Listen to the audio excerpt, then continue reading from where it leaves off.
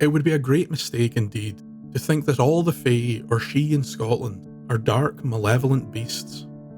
The vast majority of these fantastical creatures cannot be separated into good or evil. They are far more human than you might expect, and their lives far more intricate than some would have you believe.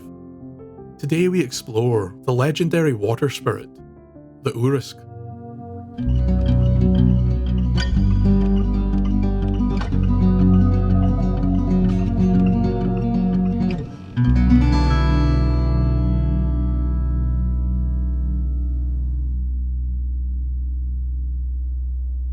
The Ùruisg commonly appears as a half-man, half-goat creature, similar to the Satyr of Greek mythology.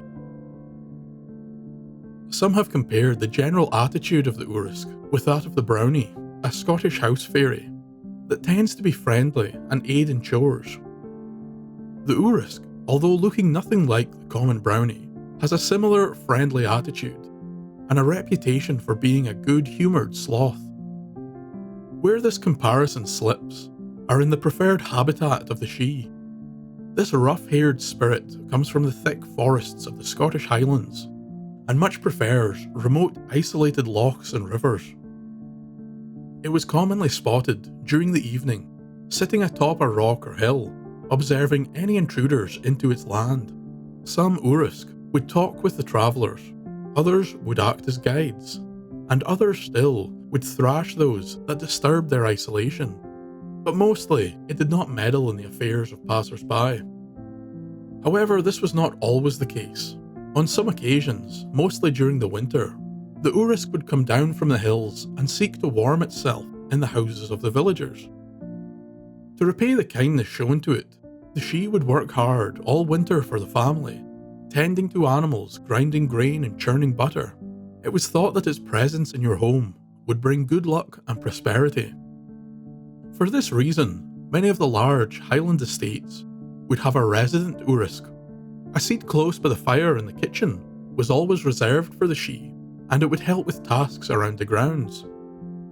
Some Ùruisg would crave the companionship of humans, but due to their savage appearance, it was common that they caused fright to many passers-by. There are so many conflicting tales of the creature's attitude that some have suggested that there are multiple subspecies of Ùruisg. But I think the answer is far simpler. Ùruisgs are the result of the union between mortals and the Sidhe. The fairy lover, or Lenan Sidhe, is commonly thought to be a beautiful woman of the Doine Sidhe who would take a human lover. The offspring of this relationship was the Ùruisg, meaning that it was granted all the power and wisdom of the Doine Sidhe, but also all the confliction and individuality of mortals. All throughout Scottish history, there are many tales of encounters with these creatures. One well-known tale comes from the Reverend James MacDougall, a collector of Scottish folklore. The Urisk of Blaraculum. In the land of Lochaber, to the south of the great mountain Ben Nevis, lies the rocky valley of Blaraculum. In this valley there lived an Urisk, who delighted in jeering and calling to the shepherds that would pass through his land. Not a day would go by without the Urisk hurling some nonsensical abuse to the poor shepherds. On one evening, a young shepherd was walking his cattle through the valley. This man was known to the Urisk, as was his family.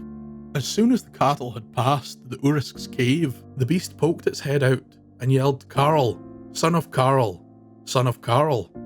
A Carl are you, and a Carl is your father, and a Carl your son will be, and his son will be a Carl. You will all be Carls, like it or not." The shepherd was used to the Urisk's odd behaviour, but still the strange call angered the young man. He had grown tired of this constant annoyance. Giving the creature no notice, the man, known to be a Carl, left the valley.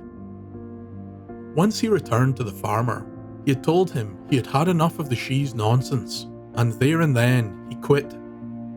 A few weeks later, the farmer hired a new shepherd to tend the cattle, a man by the name of Donald Moore. Donald was a kind, honest man, always ready to work. On his first day herding the cattle through the valley, he heard a strange voice call out, "Donald Moore, I don't like you." Having been well warned of the Ùruisg, Donald knew to pay it no attention and continue on his way. The Ùruisg's cries occurred day after day. Every time Donald would walk through the valley, he would hear the calls of the strange creature.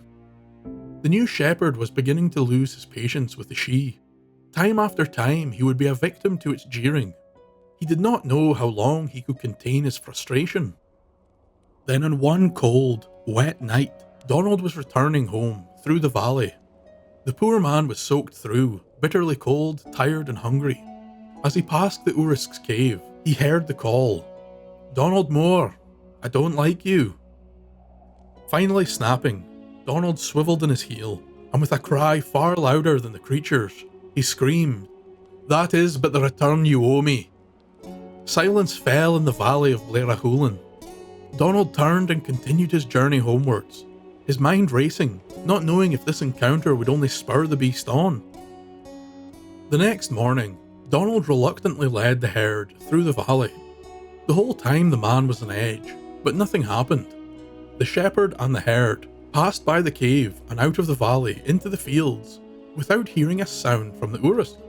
In fact, it was said that no one would ever hear the sound of the Urisk of Blaraculum again. It is not known what became of the she.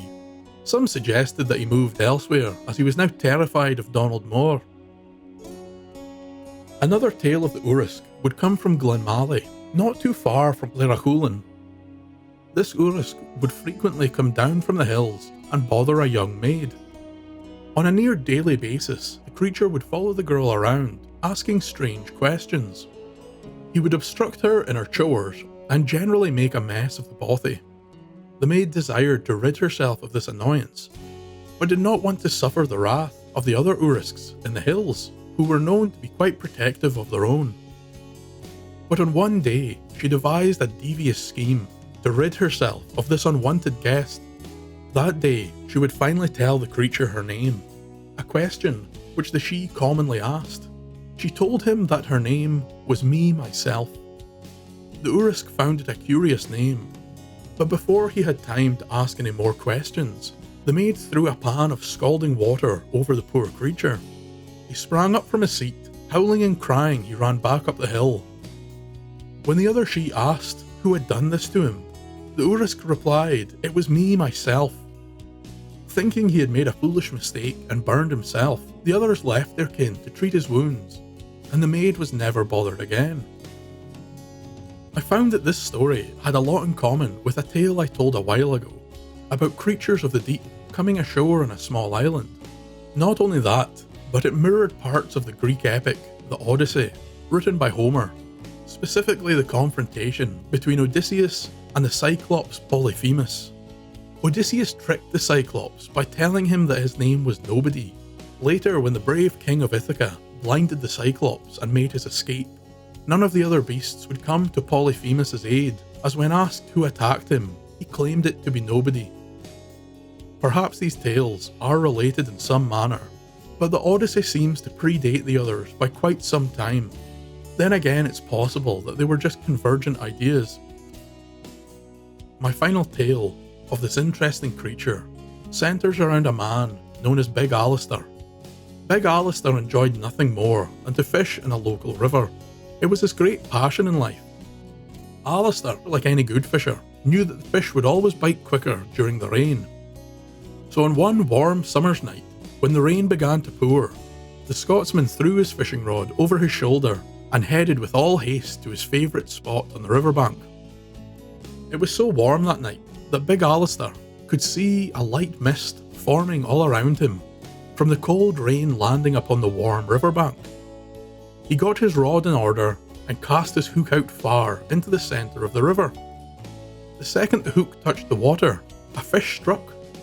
Alistair had never before seen the fish take to the hook with such speed. He began to haul trout from the river at such a pace there was not a moment to spare to put the fish in his bag. He barely had time to put the hook back in. So he continued to fish in this manner well into the night. Each time he caught a fish, he would throw it upon the grassy bank and quickly cast again. He was so preoccupied with the fish that he never noticed the strange goat-like creature standing next to him. until he saw a second hook being cast and landing next to his. As Alistair looked to his side, there standing in the shallows of the river was a great Ùruisg. Not only that, but the large beast had an equally large fishing rod, and was catching the trout with the same speed Alistair had been only moments before. The Scotsman noticed that the Ùruisg was throwing his catch atop Alistair's pile in the bank. There were no words between them, just a nod known by most fishermen. Then both the man and the creature continued to fish well into the early hours of the morning. It was during this time that Alistair became a little anxious of the Ùruisg. He had heard many tales of men that encountered strange beings in the woods at night, and not many of the stories had good endings. But Big Alistair also knew of the Ùruisg. They were simple folk and easily tricked. If he played this right, he could take all the fish for himself. The first light of morning was fast approaching, and Alistair knew the Ùruisg, like many other fey creatures, hated the dawn. All he had to do was wait. Not long after, the creature bellowed, "It is time to stop, Big Alistair, and divide the fish." "No, no," the man called. "'Tis not at all time, especially while the fish are taken so well." The Ùruisg looked a little put off, but continued fishing. More time passed before the creature called again. "Stop now, Big Alistair, and let us divide the fish." "Have patience a little longer," replied Alistair. "Consider that I have never before seen the fish in such a taking humour." The Ùruisg once again did what he was asked, although this time he was a lot more unwilling than the last, for he knew that day was fast approaching. Another few minutes went by, and the Urus called on Alistair for a third time, telling him to stop and divide the catch.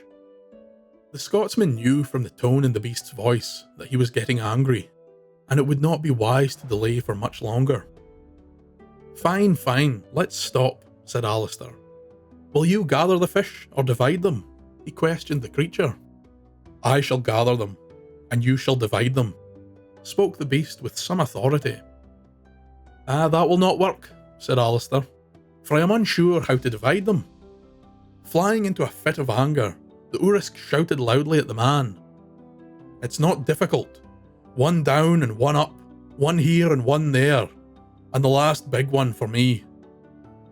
Big Alistair now began to fear that the last big one might be himself. Perhaps the monster meant to eat him along with the fish. First light was fast approaching, and if he could only stall for a short while, he would be safe. The man slowly set about sharing the fish. He was in no hurry to complete the task. He used every opportunity to delay the process.